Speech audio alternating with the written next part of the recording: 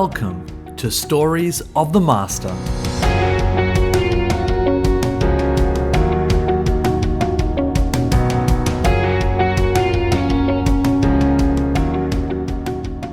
Welcome to episode 3 of the Stories of the Master podcast, where we reflect on how we can improve ourselves little by little, day by day, through sharing stories of the perfect exemplar of the Baha'i faith, Abdu'l-Baha. Today's story is part 2 on the topic of forgiveness with a focus on compassion.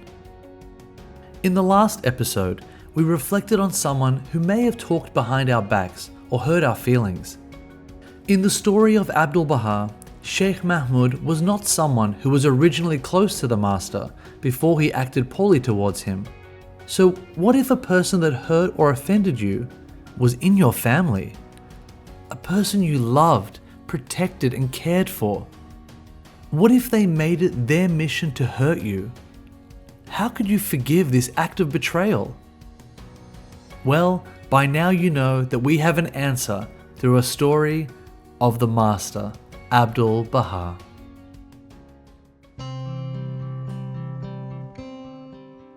In 1892, the Blessed Beauty Baha'u'llah contracted a fever which grew steadily over a number of days, ultimately ending his mortal life as he ascended to the spiritual world. 19 years before this, Baha'u'llah announced in his most holy book, the Kitab-i-Aqdas, that after his passing, it would be Abdu'l-Baha who the Baha'is must turn to as their leader. This was no secret or surprise. Even government officials recognized Abdu'l-Baha's station and sought to meet with him to take counsel. Now, after the passing of Baha'u'llah, the orphan community of the greatest name, grief-stricken and despondent, turned to Abdu'l-Baha, now 48 years old, and recognized him to be in its hour of desperate need, its solace, its guide, mainstay and champion.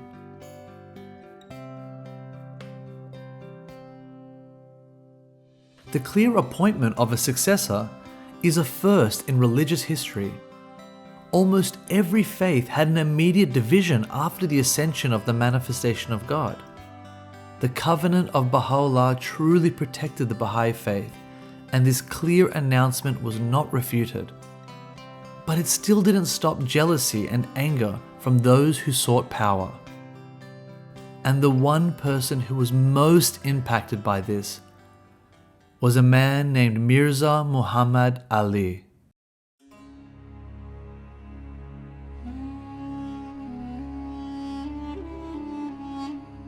Mirza Muhammad Ali was Baha'u'llah's son from his second marriage, making him the half-brother of Abdu'l-Baha. While Abdu'l-Baha was endowed with perfections of all virtues, Baha'u'llah endowed Mirza Muhammad Ali with the gift of utterance. He was well-spoken and had excellent penmanship. Despite this, it was clear that he lacked the spiritual qualities of the Master. While living under the warm shelter of Baha'u'llah's love, Mirza Muhammad Ali was consumed by his own selfish desires and ambitions. At age 16 in Adrianople, Mirza Muhammad Ali would have the role of transcribing some of Baha'u'llah's writings. When doing this task in secret, he would complete his own writings and alter Baha'u'llah's letters to remove references to Abdu'l-Baha being his successor. This confused the Baha'is and made Baha'u'llah very upset. Mirza Muhammad Ali's ambition took over him, and he started claiming that he was the king of the spirit and that he was equal to Baha'u'llah. So when Baha'u'llah passed away, instead of following Abdu'l-Baha, he wrote letters to the Baha'is in Iran to follow him instead and tried to convince them that Abdu'l-Baha was not up for the job.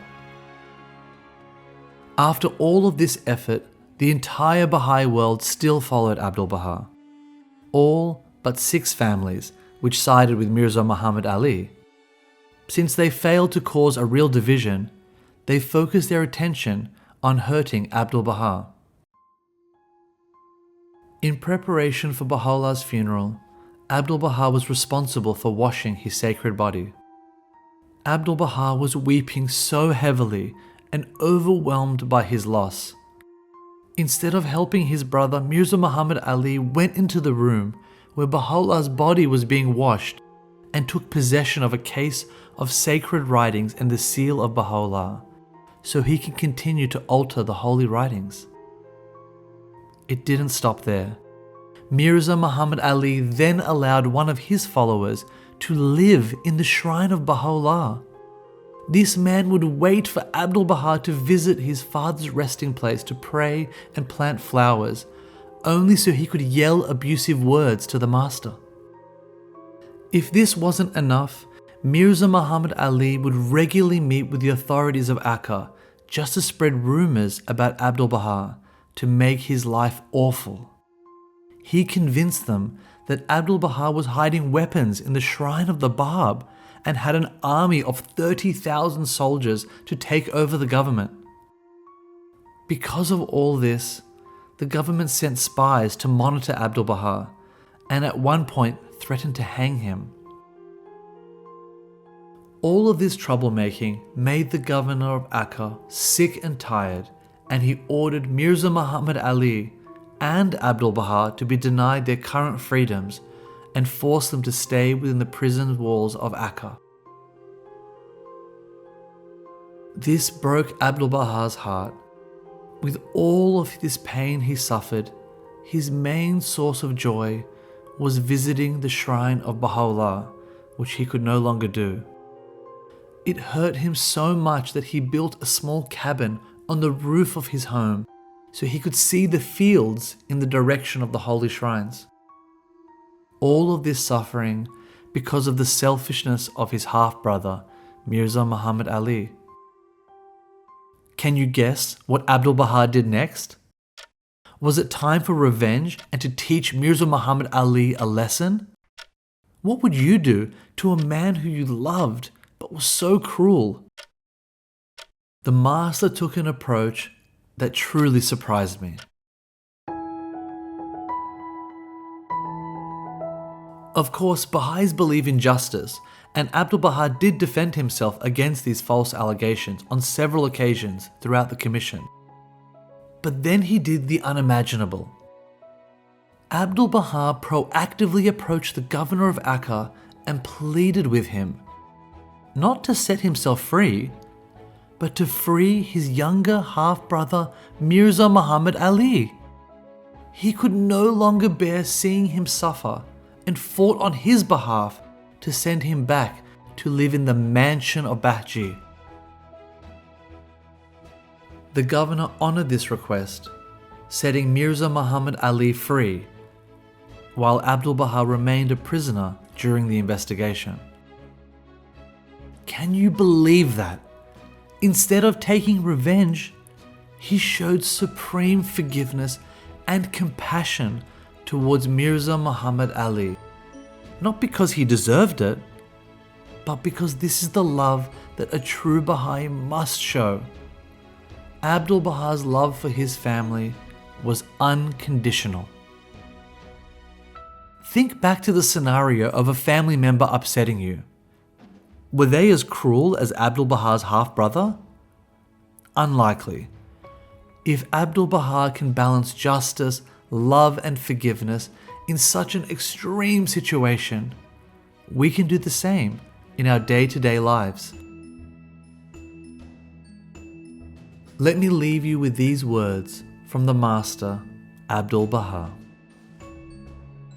If you have an enemy, consider him not as an enemy. Do not simply be long-suffering, nay, rather love him.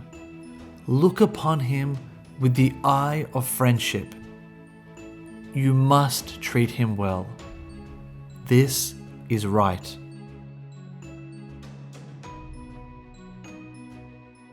Thank you for listening to episode 3. I really hope you enjoyed it and show compassion and forgiveness to everyone who crosses your path. Don't forget to subscribe and follow to catch the next episode of Stories of the Master.